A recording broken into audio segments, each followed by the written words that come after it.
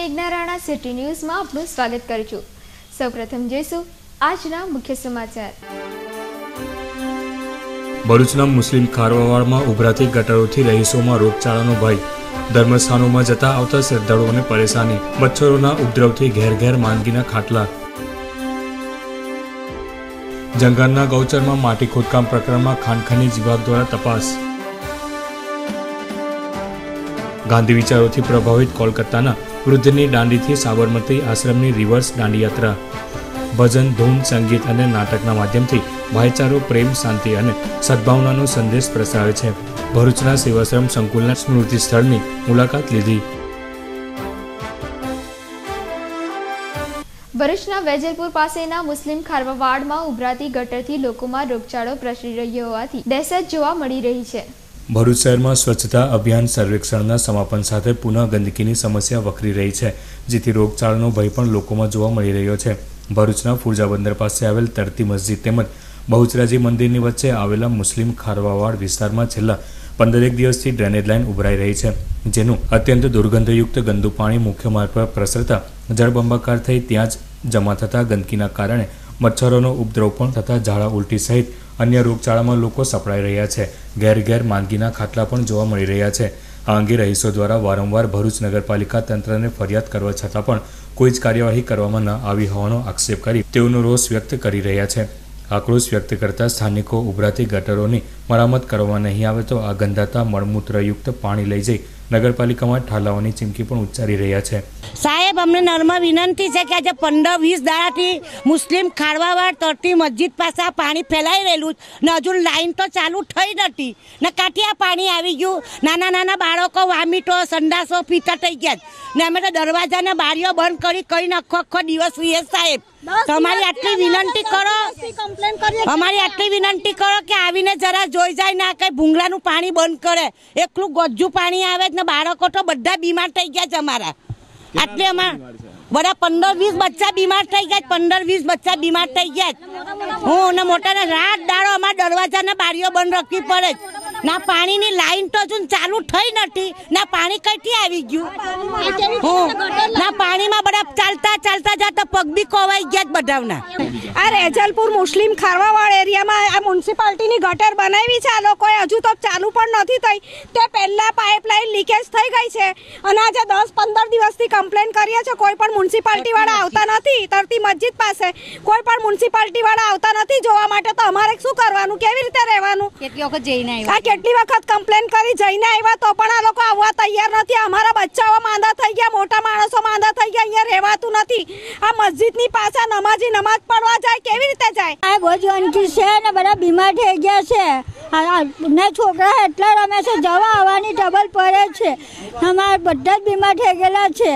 તો તમે આવીને જરા જોઈ જાઓ ને તપાસ કરી જાઓ, કોઈ આવતું નથી। આજે કેટલા દિવસ થયા છે અમારા બીમાર છે, અમે દવા લાવ્યા પણ દવાના પૈસા કઈથી કાઢવા અમારા। આ વિસ્તારમાં આવેલ હિન્દુ મુસ્લિમ ધર્મસ્થાનોમાં બંદકી કે પ્રાર્થના માટે જતા શ્રદ્ધાળુઓની આસ્થાને પણ ઠેસ પહોંચી રહી છે, ત્યારે રહીશોની ફરિયાદના નિવારણ માટે પાલિકા તંત્ર કાર્યવાહી કરે તે જરૂરી છે। ભરૂચ તાલુકાના ગંદર ગામના ગૌચરમાં કથિત માટી ખોદકામનો મુદ્દો ભારે ચર્ચાનો વિષય બનવા પામ્યો હતો, જેમાં ગંધાર ગામના ગૌચરમાંથી હજારો મેટ્રિક ટન પીળી માટીનું ખોદકામ કરાવી સરપંચે બારોબાર વેચી નાખ્યા હોવાનો આક્ષેપો થતા સમગ્ર ભરૂચ પંથકમાં ભારે ચકચાર મચી જવા પામી હતી।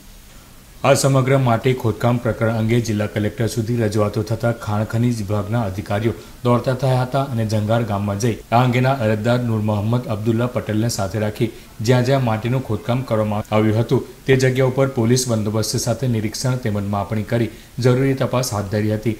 આશરે 3.5 કલાક સુધી નિરીક્ષણ તથા માપણીની કામગીરી ચાલી હતી અને જ્યાં જ્યાં માટીનું ખોદકામ થયું હતું ત્યાં ખાણ ખનીજના અધિકારીઓએ ઝીણવટભરી તપાસ કરી હતી। સમગ્ર માટી ખોદકામ મામલે અરજદાર નૂર મોહમ્મદે પોતાને કોઈક વ્યક્તિ ફોન પર જોઈ લેવાની અને ધમકીભરી ભાષાનો ઉપયોગ કર્યો હોવાનું પણ પોતાના નિવેદનમાં જણાવ્યું હતું। મારી ઉપર ફોન આવ્યો જંગારથી મુશ્તાક તલાટી ઉર્ફે ઉંડેરા અને મુશ્તાક ઇસ્માઇલ તલાટી ઉર્ફે ઉંડેરા, એ બંને બાપ દીકરાનો મારી ઉપર ફોન આવ્યો અને મને ધમકી આપવા માંડ્યા। મને એવું કીધું કે ભાઈ અરજી કેમ કરી, તમે અરજી કેમ હું કરવા માટે કરી, તમને અમારા ગામમાં ઇન્ટરેસ્ટ શું છે? આનું પરિણામ સારું નહીં આવે એટલા માટે જે કંઈ હોય તો આ બધું બંધ કરી દેજો ને અમારા બહુ લાંબા હાથ છે, તમારે જ્યાં અરજી કરવી હોય ત્યાં તમે કરી શકો છો. એટલા માટે આ લોકોથી મને ડર લાગે છે કે ગમે ત્યારે આ લોકો મારી ઉપર હુમલો કરાવી શકે એવી શક્યતા છે. ને આજે ખાણ ખનીજના અધિકારીઓએ બહુ સારી અહીંયા કામગીરી કરેલી છે. જ્યાં જ્યાં જગ્યા પર ખોદેલું છે ત્યાં યોગ્ય તપાસ કરેલી છે. હવે જેવો રિપોર્ટ આવે એવો અમે કેસ દાખલ કરીશું. જ્યારે ગ્રામ પંચાયતના સદસ્ય વિનોદભાઈએ પણ પોતાના નિવેદનમાં સરપંચ તથા તલાટી પર માટી ખોદકામ બાબતે ગંભીર આક્ષેપો કર્યા હતા. અગાઉ અમે પંચાયતમાં જાણ કરેલી કે અમારે સ્મશાનનો રસ્તો જોઈએ છે, પણ જો હુકમીથી અમારા ગામનો સરપંચ અને સભ્ય સાથે મળીને એને તલાટી પણ સાથે હોઈ શકે છે અને એ લોકોએ અમારા ગૌચરની જમીનનું ખોદાણ કરેલું છે અને એ અમારા સ્મશાનની બાજુમાં જ છે અને એ રસ્તો પણ ખરેખર રસ્તાની બાજુમાંથી ખોદાણ કરેલું છે. તો આવનાર સમયની અંદર અમારું સ્મશાન પણ ધોવાઈ જશે અને રસ્તો પણ ચાલ્યો જશે. એટલે આ અંગેની જવાબદારી સરપંચની અથવા એમની સાથે મળતાવાળા સભ્યોની અને તલાટીની પણ હોઈ શકે છે એની અંદર. અને અમે જે ખનીજ ખાણ સાહેબ અધિકારીતા જગ્યા પર આવેલા સ્થળની મુલાકાત લીધી તો એમણે જે તપાસ કરી એમનાથી અમને સંતોષ છે અને અમારા ધારવા મુજબ અમને યોગ્ય અમને ન્યાય મળે એવી અમારી રજૂઆત છે સાહેબ. ભારે ચકચાર મચાવનાર આ બહુચર્ચિત જંગાર ગામના માટી ખોદકામ પ્રકરણમાં ખાણ ખનીજ વિભાગના અધિકારીઓની તપાસમાં શું બહાર આવે છે તે જોવું રહ્યું. ગાંધી વિચારોથી પ્રભાવિત કલકત્તાના 61 વર્ષીય વૃદ્ધ અભિજીત કરગુપ્તા ગુજરાતી યુવાન તપનભાઈ સાથે દાંડીથી સાબરમતી આશ્રમની રિવર્સ દાંડી યાત્રાએ નીકળ્યા છે, જેઓ ભરૂચના સેવાશ્રમ હોસ્પિટલના દાંડી વિશ્રામ સ્થળે આવી ગયા હતા. 12 માર્ચ 1930ના રોજ રાષ્ટ્રપિતા મહાત્મા ગાંધીજીએ ઐતિહાસિક દાંડી યાત્રાનો પ્રારંભ કર્યો હતો. તે સમયે ગાંધીજીની ઉંમર 61 વર્ષની હતી. ગાંધી વિચારોથી પ્રભાવિત કલકત્તાના 61 વર્ષીય અભિજીત કરગુપ્તા ભાઈચારો, પ્રેમ, શાંતિ અને સદભાવનાનો સંદેશ પ્રસરાવવાના હેતુથી દાંડીથી તેઓની રિવર્સ દાંડી યાત્રાનો પ્રારંભ ગુજરાતી યુવાન તપનભાઈ સાથે કરી માર્ગમાં ભજન, ધૂન, સંગીત અને નાટકના માધ્યમથી ગાંધી વિચારોનો સંદેશ પ્રસરાવી રહ્યા છે.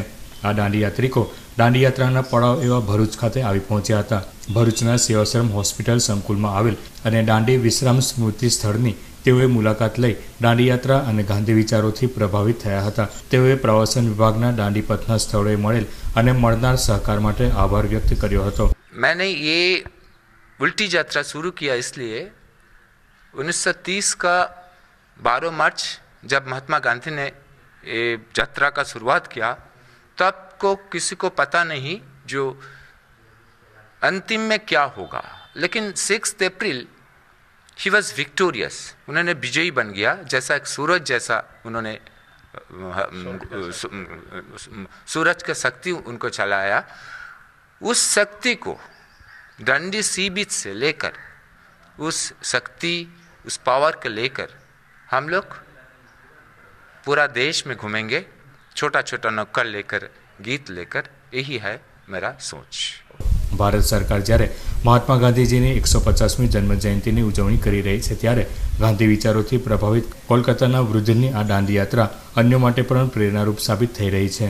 જે મીઠાનો સત્યાગ્રહ કયો, ગાંધીજીએ કીધું કે મેને નમક કા કાનૂન તોડ દિયા, અને પછી ચપટી મીઠું ઉપાડીને એમણે જે ચેલેન્જ, જે પડકાર ફેંક્યો હતો દાંડીની ધરતી ઉપરથી કે આ ચપટી મીઠું ઉપાડીને હું અંગ્રેજ ઇમારતના પાયામાં લૂણો લગાડવાનું કામ કરું છું. અને મને લાગે છે કે એ કોઈપણના મકાનમાં લૂણો લાગે એટલે ધીમે ધીમે પડે. 1930 અને 1947 આખરે અંગ્રેજોએ જવું પડ્યું. એવી જગ્યાએથી, એવી વૈશ્વિક ઐતિહાસિક જગ્યાએથી આ અભિજીતભાઈએ એમની દાંડી યાત્રાની શરૂઆત કરી છે અને એમનો મુખ્ય ઉદ્દેશ છે ભાઈચારો, શાંતિ, કોમી એકતા અને ભાઈચારો. ધૂળેટીના પર્વના દિવસે અગમ્ય કારણસર લીંબડી ચોક વિસ્તારમાં 3 વ્યક્તિઓએ એક મહિલા પર હુમલો કર્યો હતો. ભરૂચ નગરના લીંબડી ચોક વિસ્તારમાં 3 વ્યક્તિઓએ એક મહિલા પર હિચકારો હુમલો કર્યો હતો. ભરૂચ લીંબડી ચોક નવી વસાહત ખાતે રહેતા આશાબેન પરમાર તેમની માતાના ઘરે હોળી ધૂળેટી કરવા આવ્યા હતા.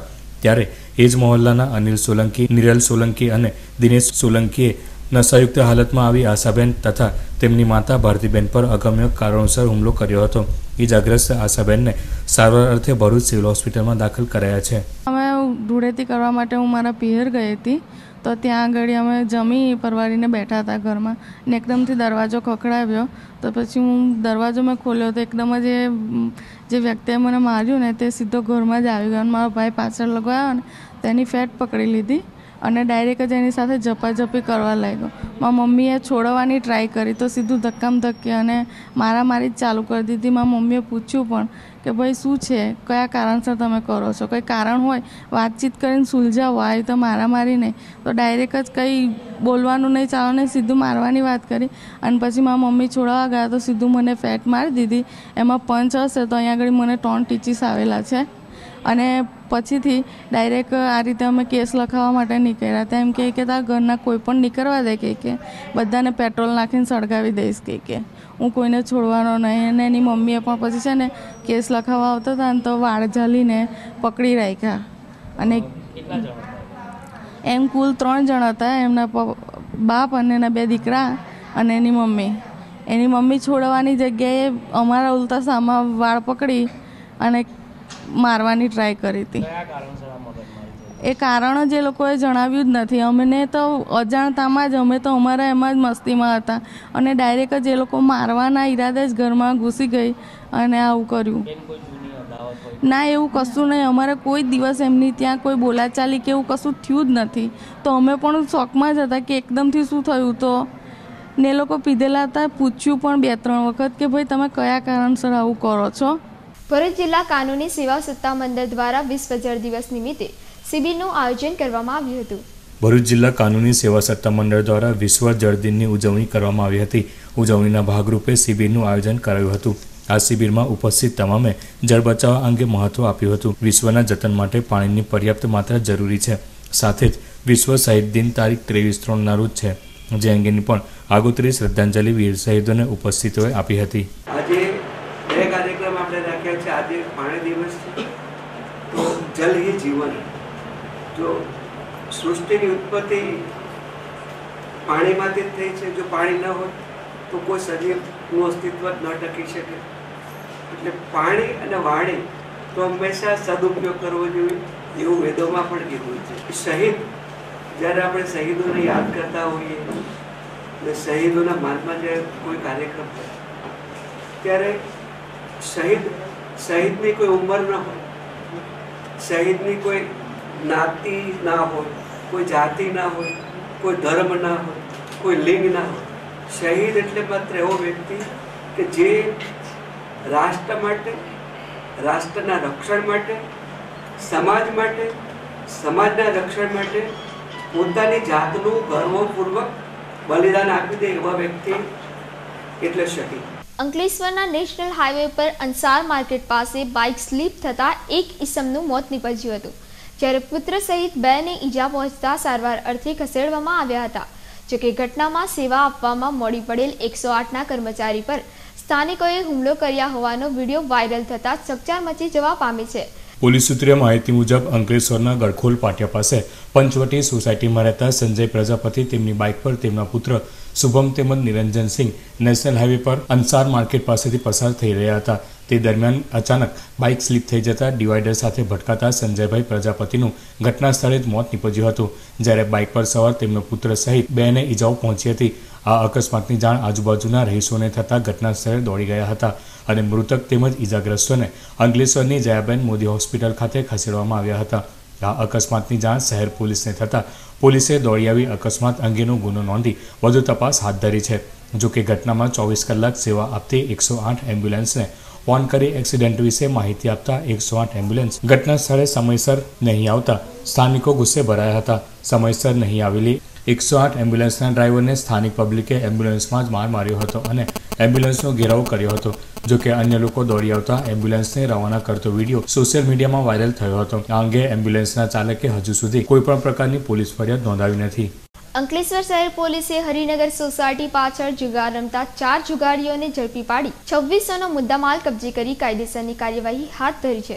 અંકલેશ્વરની હરિનગર સોસાયટી પાછળ જુગાર રમાઈ રહ્યો હોવાની બાતમીના આધારે શહેર પોલીસે રેડ કરતા જુગાર રમતા નિલેશ ઠાકોર, વિજય પટેલ, વિકાસ રાઠોડ અને વિશાલ રાઠવાને ઝડપી પાડ્યા હતા. પોલીસે તેઓની અંગઝડતીના અને દાવ પર મૂકેલ રોકડા રૂપિયા 2600 કબજે કરી ગુનો નોંધી કાયદેસરની કાર્યવાહી હાથ ધરી છે.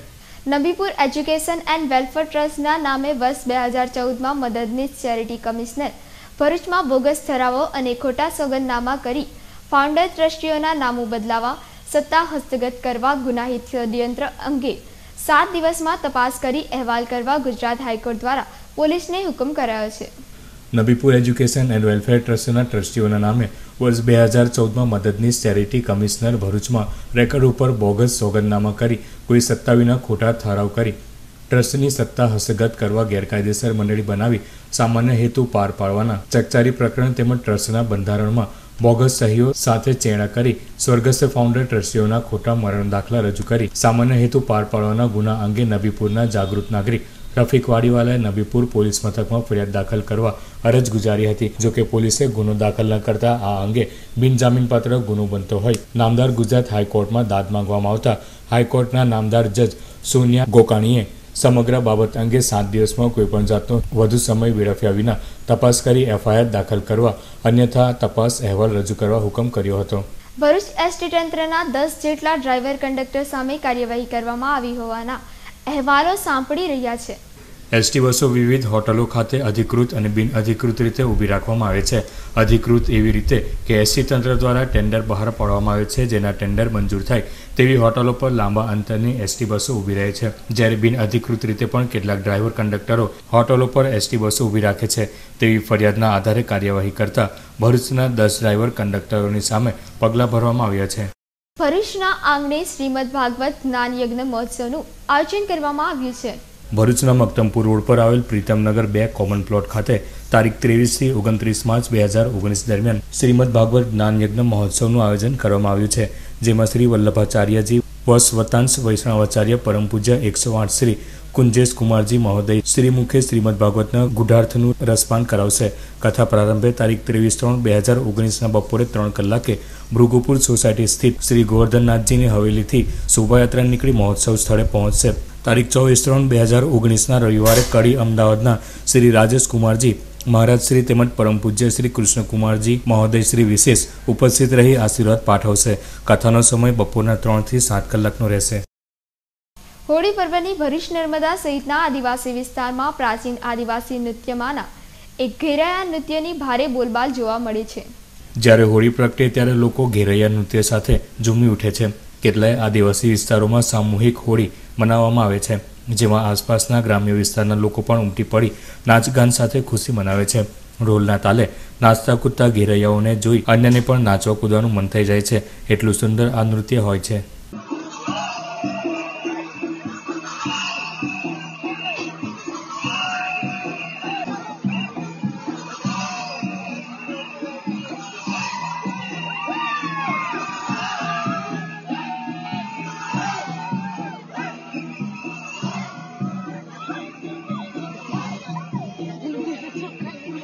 અંતમાં મુખ્ય સમાચાર પર ફરી એક નજર. ભરૂચના મુસ્લિમ ખારવાવાડમાં ઉભરાતી ગટરોથી રહીશોમાં રોગચાળાનો ભય. ધર્મસ્થાનોમાં જતા આવતા શ્રદ્ધાળુઓને પરેશાની. મચ્છરોના ઉપદ્રવથી ઘેર ઘેર માંદગીના ખાટલા. જંગલના ગૌચરમાં માટી ખોદકામ પ્રકરણમાં ખાણ ખનીજ વિભાગ દ્વારા તપાસ. ગાંધી વિચારોથી પ્રભાવિત કોલકાતાના વૃદ્ધની દાંડીથી સાબરમતી આશ્રમની રિવર્સ દાંડીયાત્રા. ભજન, ધૂન, સંગીત અને નાટકના માધ્યમથી ભાઈચારો, પ્રેમ, શાંતિ અને સદભાવનાનો સંદેશ પ્રસરાવે છે. ભરૂચના સેવાશ્રમ સંકુલના સ્મૃતિ સ્થળની મુલાકાત લીધી. આ સાથે આજના સિટી ન્યૂઝ અહીં સમાપ્ત થાય છે. આવતીકાલે ફરી નિહાળીશું નવા સમાચાર. નમસ્કાર.